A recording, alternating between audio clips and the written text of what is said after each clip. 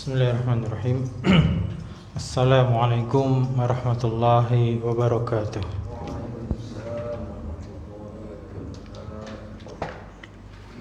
Innal hamdalillah nahmaduhu wa nasta'inuhu wa nastaghfiruh wa na'udzu billahi min shururi anfusina wa min sayyiati a'malina.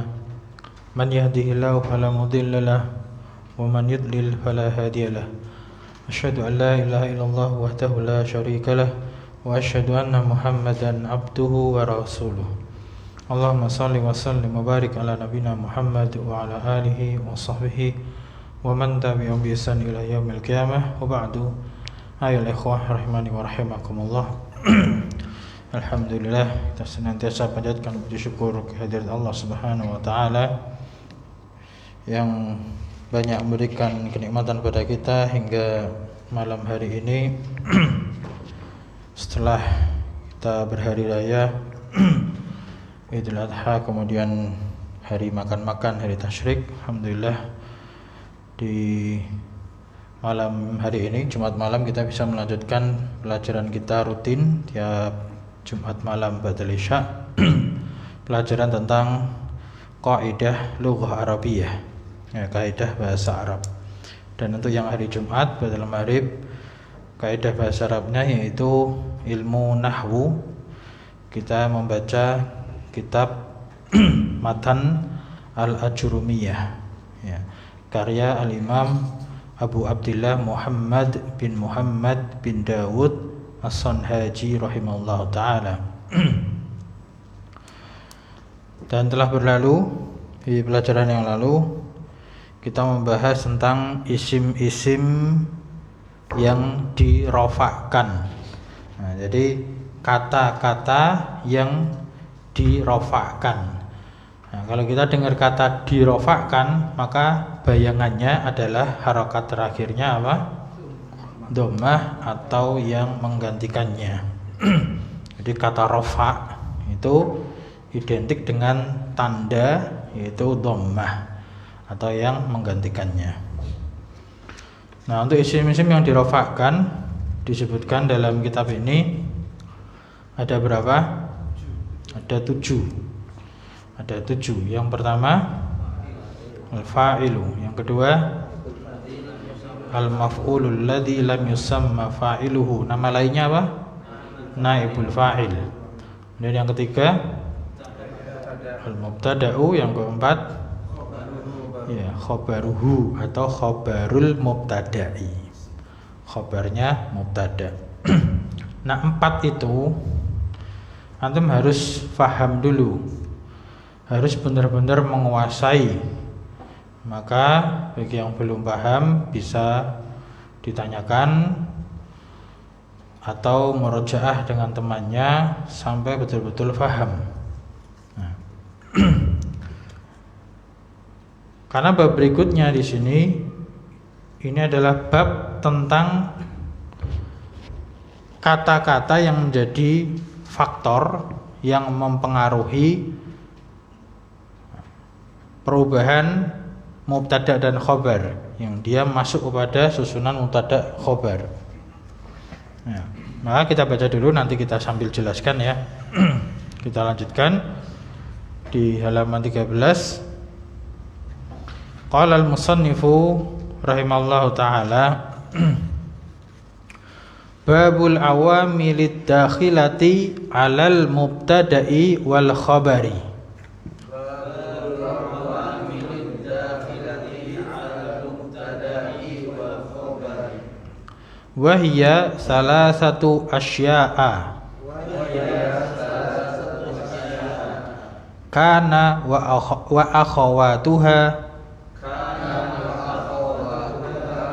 wa inna wa akhawatuha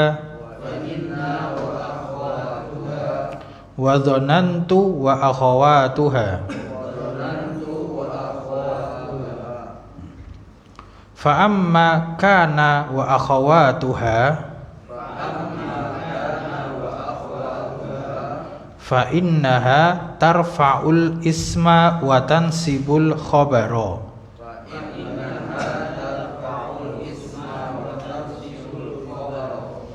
Wahia kana wa amsa wa asbaha wa adha wa dhalla wa bata wa sara wa laisa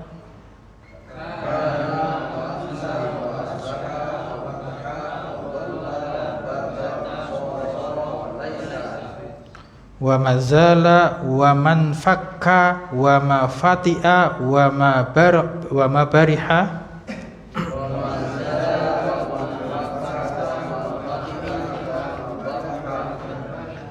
wa ma dama wa ma tasarrafa minha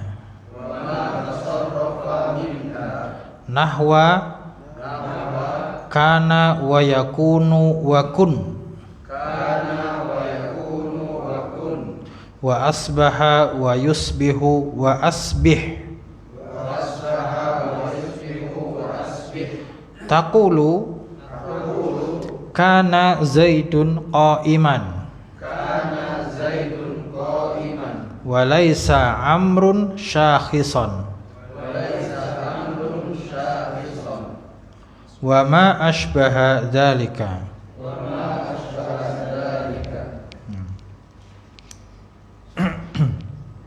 Nah, terjemahannya babul awamil dakhilati 'alal mubtada'i wal khabari. Bab tentang amil-amil yang memasuki pada mubtada dan khabar.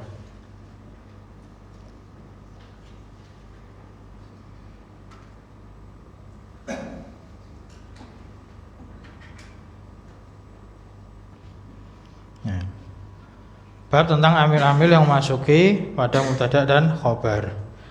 Nah, amil-amil bisa difahami apa itu amil? Kira-kira bayangannya? Ya, sesuatu faktor ya yang mempengaruhi. Dia memberikan dampak, ada pengaruhnya. Itu yang dimaksud dengan amil. Nah, ada khilah. Itu kalau sharaf sih gua apa ada khilah? Ya, isim fa'il, sehingga terjemahannya yang masuk atau yang memasuki. Yang masuk atau yang memasuki.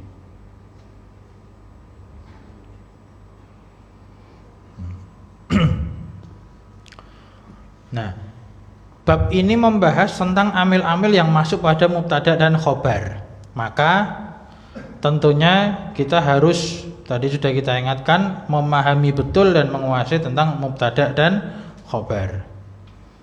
Nah, kemudian disebutkan di sini wahia, dan dia itu kembali ke awamil. Awamil itu artinya kan amil-amil. Nah, amil-amil kan jamaan, dia jamak taksir ya. Nah, makanya jamak taksir dihukumi muannats mufrad. Jadi jamak taksir itu boleh digantikan dengan muannats mufrad. Makanya di sini dengan menggunakan hiya. Wa hiya salah satu asya'a. Dan dia amil-amil itu ada 3 perkara. Ada 3 sesuatu atau perkara. Asya'a itu jamak dari syai'un. Syai'un itu artinya sesuatu atau perkara. Yang pertama kana wa akhawatuha. Yang pertama kana dan saudari-saudarinya. Jadi saudari-saudari itu bahasa Arabnya akhawatuha. Akhawat. Akhawat itu jamak ya, jamak. Mufradnya apa? Ukhtun. Mufradnya ukhtun, saudari. Jamaknya akhawat. Kha-nya di fathah. Nah, kalau kita kan seringnya akhwat. Nah, akhwat, kha-nya disukun. Itu bahasa Indonesia. Kalau bahasa Arab yang betul, kha-nya di fathah. Akhawat. Nah, yang pertama kana dan saudari-saudarinya. Yang kedua inna dan saudari-saudarinya. Dan yang ketiga zonantu dan saudari-saudarinya.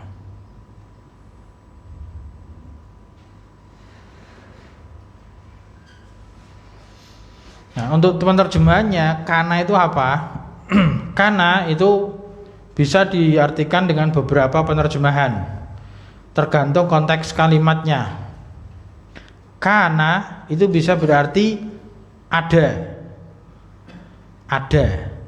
atau keberadaan, ya, ada atau keberadaan itu kana. Atau keadaan, jadi ada, keberadaan, keadaan, ya. Atau nanti kana bisa diterjemahkan sesuai atau seperti dengan saudari-saudarinya nanti. Ya, nanti kana kan punya saudari-saudari, yaitu kana bisa diterjemahkan seperti saudari-saudarinya. Seperti kana itu nanti bisa berarti menjadi. Ya, kana itu juga bisa diterjemahkan dengan terjemahan menjadi. Padahal menjadi itu saudarinya kan, yaitu soro, nanti ada. Jadi kana itu sendiri terjemahnya macam-macam. Bahkan kadang tidak perlu diterjemahkan juga bisa. Ya, tidak perlu diterjemahkan, itu juga bisa. Jadi tergantung konteks kalimatnya. Itu kana. Kalaupun inna itu artinya sesungguhnya. Inna artinya sesungguhnya. Kalau inna itu dikenal dengan huruf apa? Taukid. Ya, taukid, penguat atau penegas makna, sehingga diterjemahkan sungguh atau sesungguhnya dan saudari-saudarinya. Kemudian dzanantu, kalau dzanantu itu artinya sangkaan. Ada tu di situ, itu failnya. Dzanantu itu artinya aku. Aku menyangka. Dzon. Ya, pernah dengar kata dzon? Ya, dzon itu adalah prasangka. Nah, ini fi'il madinya dzanantu. Fi'il madinya itu dzanna. Aslinya dzonana ala wazni fa'ala. Jadi dzon itu nunnya tasdid. Aslinya dia dzonana, mengikuti wazan fa'ala. Nunnya kembar dzonana itu diidghamkan menjadi dzonna. Nah, ini ketemu tak tu itu nanti nunnya keluar semua. Jadi tasrifannya fi'ilnya kan fa'ala, fa'ala, fa'alu, fa'alat dan seterusnya. Itu kalau dzonna itu dzonna, dzonna, dzonnu. Kemudian dzonnat, dzonnata, dzonanna. Kemudian dzonanta, dzonantuma, dzonantum, dzonanti, dzonantuma, dzonantunna, dzonantu, dzonanna. Jadi dzonantu di sini itu tasrifan dari kata dzonna. Sehingga di buku lain itu menyebutkannya dzonna wa akhawatuha.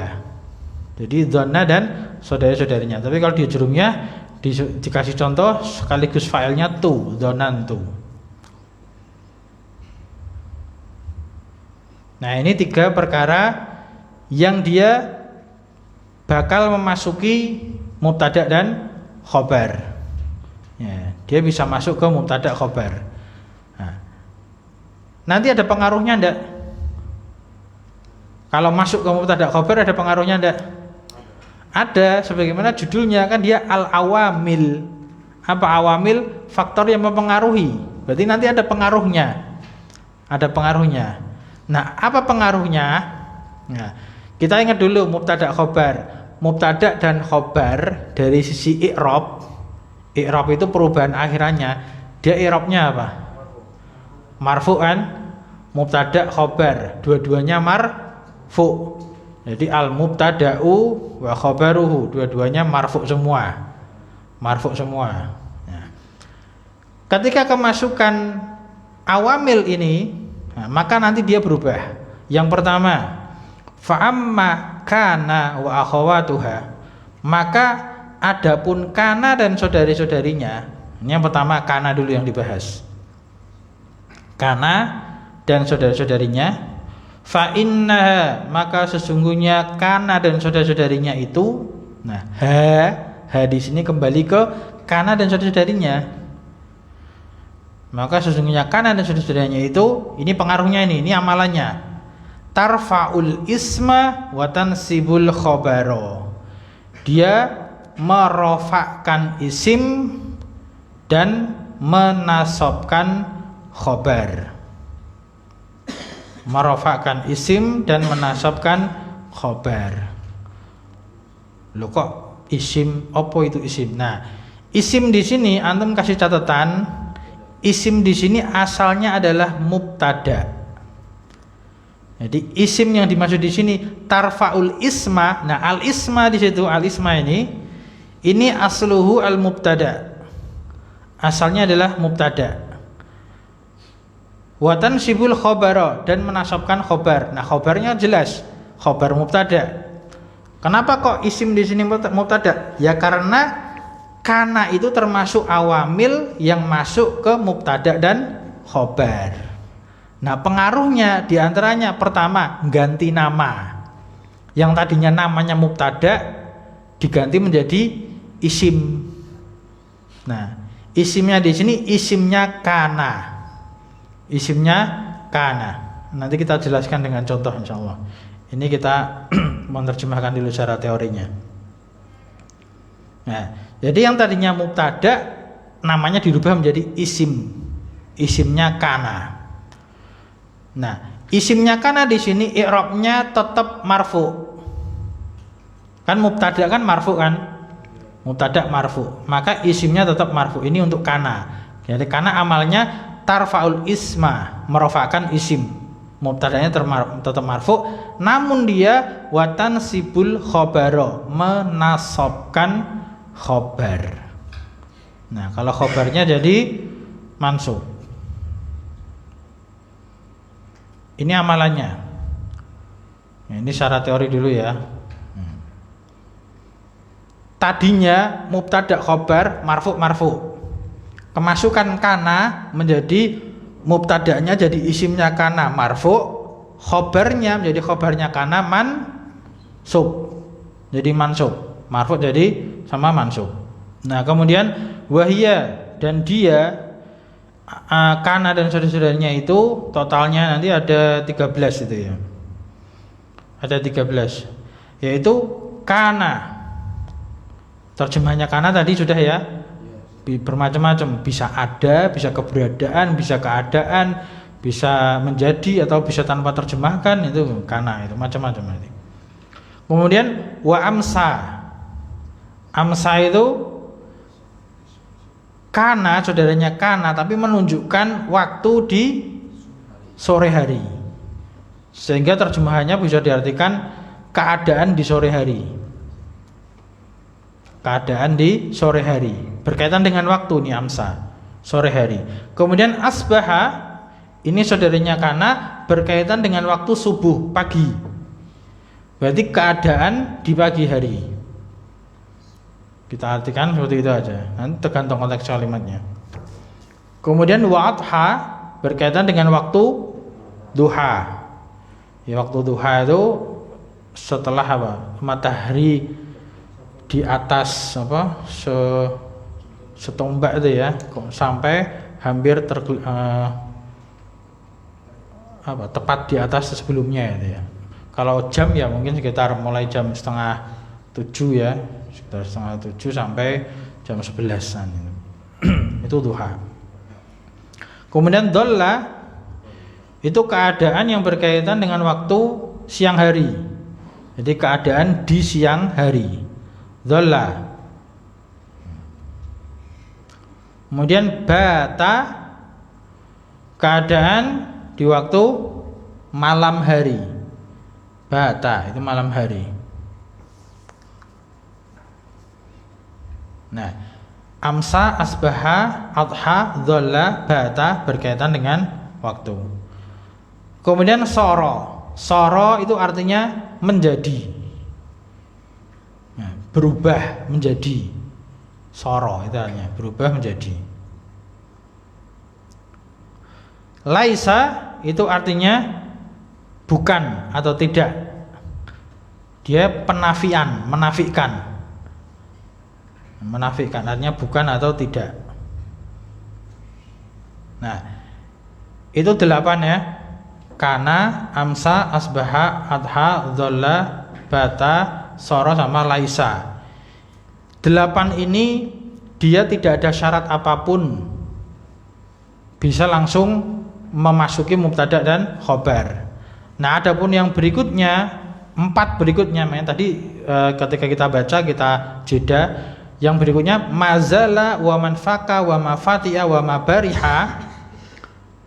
4 ini syaratnya harus didahului dengan ma, di situ namanya manafiyah. Manafiyah. Nah, ini untuk pemula difahami itu aja, ada manafiyahnya itu. Nah, untuk tambahannya dia bisa didahului dengan istifham atau dia bisa didahului dengan nafi, penafian, atau nahi, larangan. Manafiyah tadi sudah ya, manafiyah atau nahiyah itu bisa. Nah, kalau kita lihat untuk pemula di sini aja, ini ma-nya ini namanya manafiyah. Mazala artinya senantiasa ada. Wa manfaka wa mafati'a wa mabariha artinya sama semua itu, senantiasa ada atau senantiasa keadaannya atau senantiasa keberadaannya. Jadi mazala manfaka mafati'a mabariha itu seperti kana terjemahannya. Cuman syaratnya dia harus didahului dengan ma, di situ nafiyah.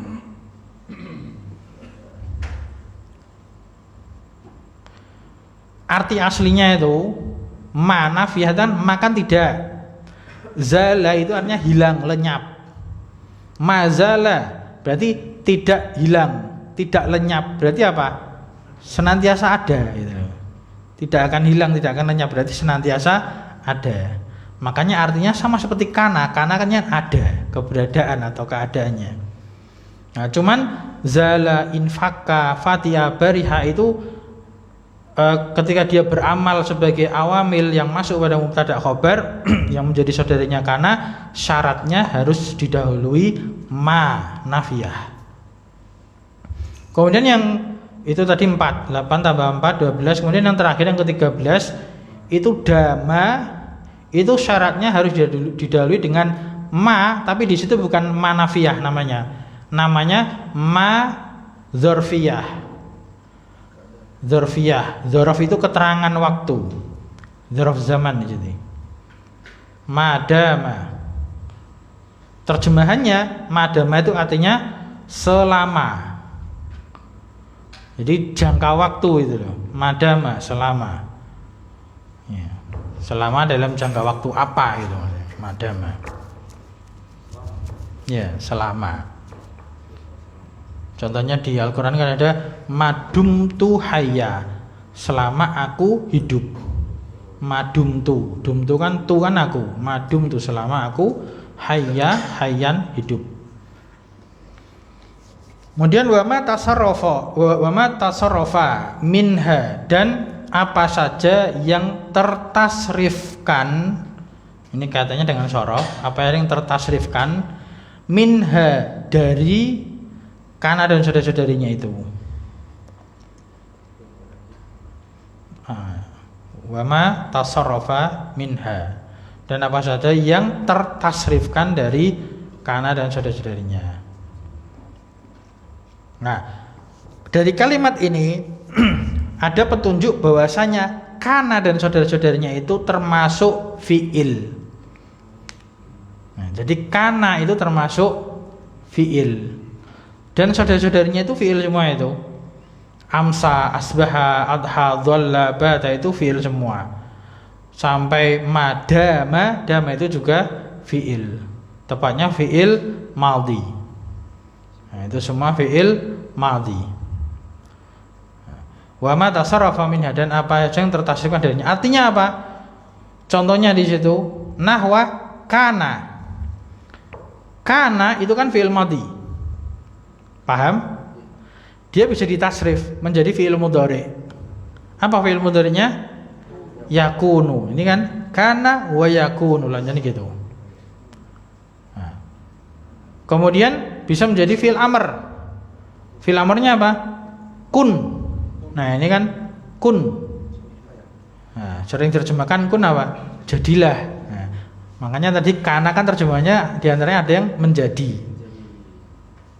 Kun fayakun kan itu. jadilah, maka jadi gitu. Maka dia jadi. Nah, itu maksudnya tertasrif itu gitu. Bisa fi'il madhi, bisa berubah fi'il mudhari, bisa berubah fi'il amr, atau tasrif secara far'i lugawi. Kana itu kan menjadi kana, kanu. Nah, pernah dengar kata kanu kan gitu kan?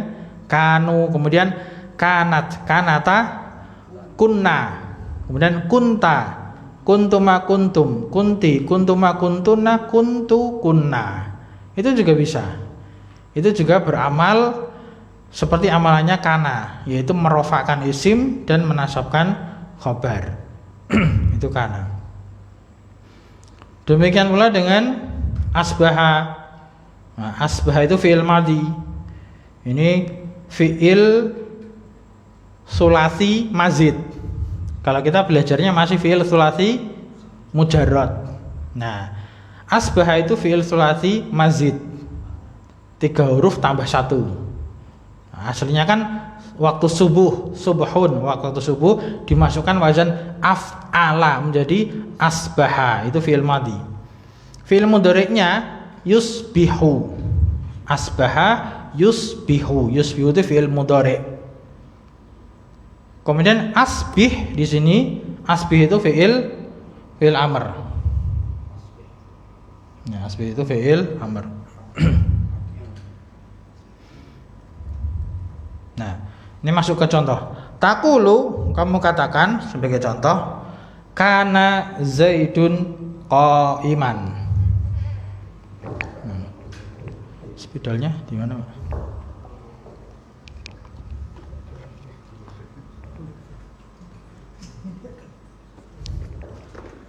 Ada.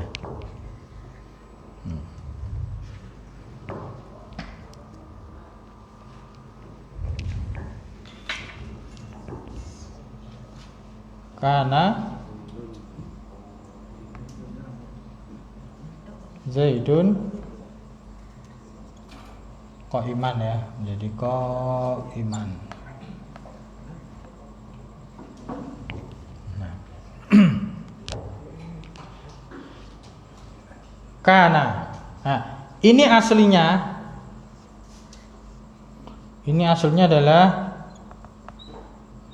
Zaidun qa'imun. Zaidun qa'imun. Ya, ini susunan apa? Mubtada khobar.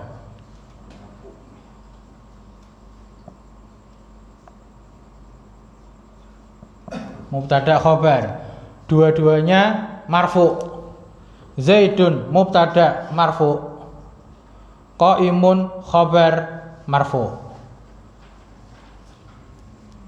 Nah, ini kita meroja mubtada khobar. Paham di sini Zaidun qa'imun mubtada khobar. Terjemahannya apa? Zaid adalah orang yang berdiri. Qa'imun isim fa'il, orang yang. Zaid adalah orang yang berdiri. Nah, ini susunan mubtada khobar. Ada yang masih bingung mubtada khobar? Insyaallah sudah paham semua mubtada khobar, ya. Nah, mubtada khobar ini kemasukan kana. Makanya kana tadi termasuk apa? Awamil ad-dakhilah al mubtada wal khobar. Ya, termasuk amil yang masuk ke mubtada dan khobar. Nah, ketika kana ini dia masuk ke mubtada khobar, maka dia beramal, ada amalannya. Faktor mempengaruhi pengaruhnya di sini. Yang pertama dia merofakkan isim, yang kedua dia menasabkan khobar. Jadi ketika ini dikasih kana, ya, ini namanya berubah. Ini yang tadinya mubtada, maka dia menjadi isim kana. Isimnya kana. Ini menjadi isimnya kana. Kalau di sini Z mubtada, tapi kalau di sini Z adalah isimnya kana. Ini mubtada marfu. Ya. Ini isimnya kana, marfu juga. Isimnya kana marfu. Ya, ini kana. Kemudian yang qaim di sini qaiman, maka ini yang tadinya khobar, ini khobarnya apa toh? Ini kan khobaruhu, khobarnya mubtada. Ya kan? Nah, kalau di sini namanya berubah jadi khobaru kana. Khobarnya kana. Jadi ini namanya isimnya kana, ini menjadi khobarnya kana. Isimnya kana i'rabnya marfu. Khobarnya kana i'rabnya ya mansub. Khobaru kana mansubun. Bisa dipahami? Jadi ada perubahan, yang tadinya Zaidun qaimun menjadi kana Zaidun qaiman. Jadi yang tadinya mubtada khabar berubah menjadi isimnya kana dan khabarnya kana. Nah, untuk penerjemahannya itu sama aja sebenarnya. Zaidun qaimun artinya Zaid adalah orang yang berdiri. Kalau kana Zaidun qaiman bisa diartikan, kadang banyak ustadz gitu menerjemahkan kana itu langsung adalah Zaid seorang yang berdiri, kadang gitu. Jadi adalahnya didepankan sebagai terjemahan kana. Itu juga ada ustadz yang terjemahan seperti itu, boleh-boleh saja. Atau kita artikan keberadaan atau keadaan. Nah, keberadaannya Zaid adalah orang yang berdiri. Jadi ini menjelaskan keadaan juga bisa. Nah, atau ketika ini adalah kana tadi fi'il apa? Fi'il madhi kan? Itu bisa diartikan lampau, berarti dahulu gitu. Sering jemaahkan dahulu Zaid berdiri. Makanya seringkali misalkan ada hadis kanan nabiyyu sallallahu alaihi wasallam, itu sering diartikan dahulu Nabi sallallahu alaihi wasallam, misalkan yasumu senantiasa berpuasa. Jadi dahulu Nabi sallallahu alaihi wasallam senantiasa berpuasa. Itu bisa diartikan karena dahulu. Karena apa? Karena dia fi'il madhi. Fi'il madhi. Paham? Nah, ini kaitan dengan mubtada dan khobar. Nah, kaitannya ini agak meluas sedikit. Nanti kalau misalkan kita mau nyari mana sih isimnya kana Zaidun apa qaiman sih? Nah, ini maka kana di sini dia seperti fiil, ibaratnya fiil. Jadi ini keluar dari sini, ini kan mubtada khobar, ini juga harus hafal. Nah, kita juga harus ingat tentang pelajaran fiil dan fa'il. Fiil fa'il. Nah, fiil itu kan kana. Kana itu fiil. Nah, fa'ilnya Zaidun. Nah, maka ini Zaid di sini bisa sebagai fa'ilnya kana. Ini fa'il dan fiil. Nah. Namun di sini ketika kana membutuhkan khobar, maka ini kana ini bukan fiil biasa. Bukan fiil biasa, namanya dia fiil. Ya, ketika ini kana adalah fiil nakis ya. Fiil nakis. Fiil nakis.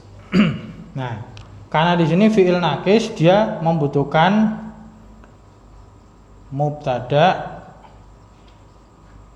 yang menjadi isim plus khobar. Makanya di sini kana Zaidun tambahi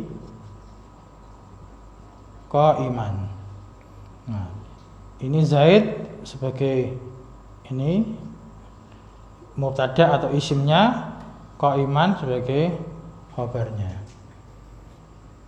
Jadi seolah-olah kalau kita nyari isimnya kana itu seperti mencari fa'il. Nah, ini juga sebagai alasan kenapa kok isimnya kana dia marfu.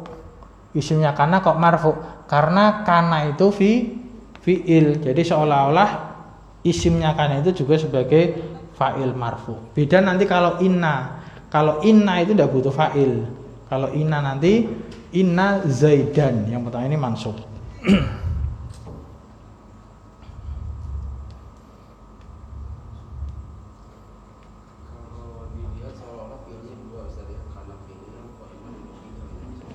Bukan fi'il, ini isim, kan tanwin, bertanwin.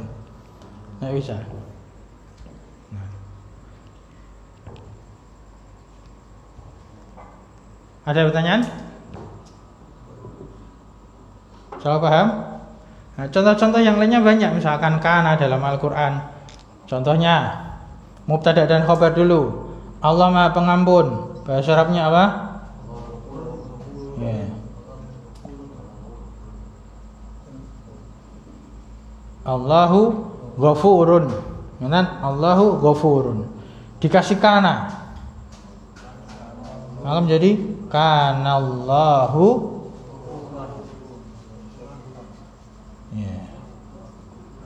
ghafuran. Kanallahu ghafuran. Ghafuran rahimah, itu. Ya kan? Allahu ghafurun, kanallahu ghafuran. Ghafuran.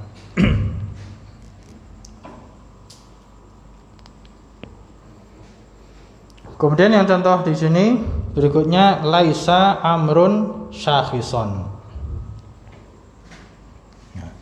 Laisa. Jadi aslinya itu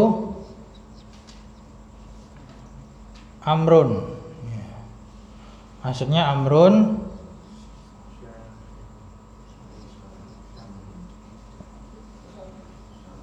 Aslinya kan gini. Syakhisun. Nah, kemasukan laisa. Laisa ini saudaranya kana.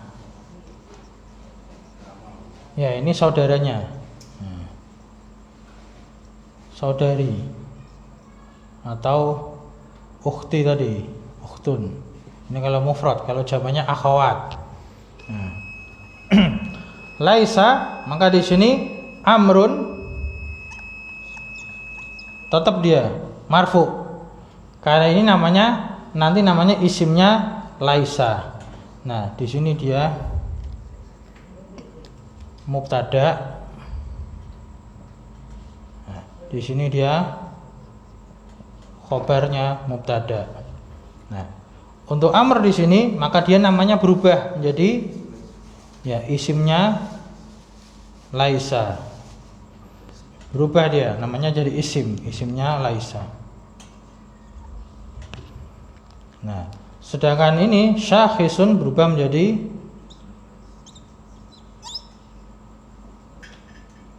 syakhisan.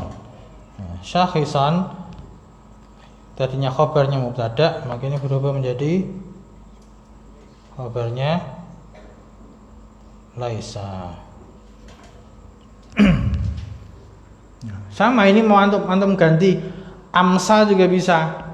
Ya, kana zaidun qaiman dirubah menjadi amsa zaidun qaiman. Nah, adha juga bisa, adha zaidun qaiman. Asbaha zaidun qaiman, sama semua. Mazala zaidun qaiman, madama zaidun qaiman. Nah, itu sama semua karena dia saudarinya karena amalannya sama. Jadi di sini terakhir itu wa ma'asbaha dzalika dan yang semisal dengannya yang seperti itu.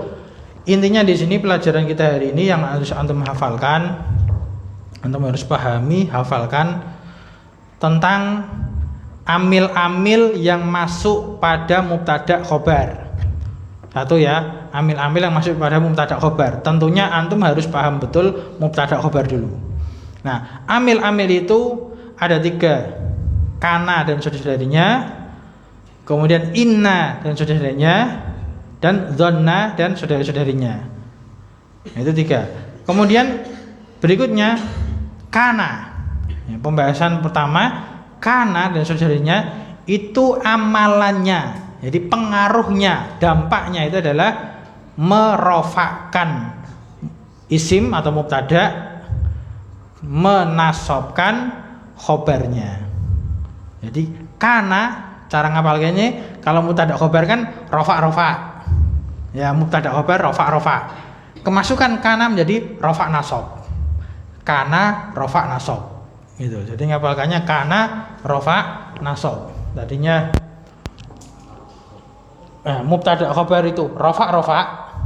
Kemasukan kana sudahnya menjadi rofa nasob. Jadi rofa nasob. Itu kana dan saudara-saudarinya. Kemudian macam-macam saudarinya itu juga dihafalkan. Nah, insyaallah itu dulu. Ada yang tanya lagi?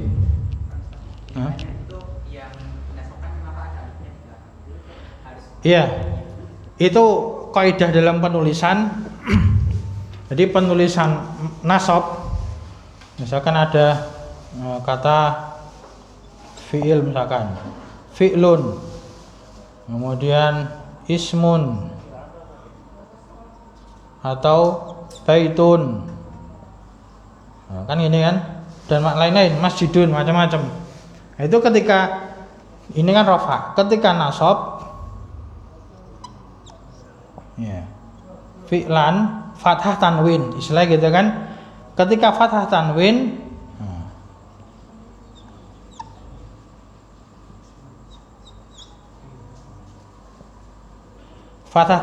itu dibantu dengan alif ziyadah, alif tambahan. Ya namanya alif tambahan. Ini memang tambahan untuk menunjukkan atau membantu kalau sebelumnya itu fathah tanwin.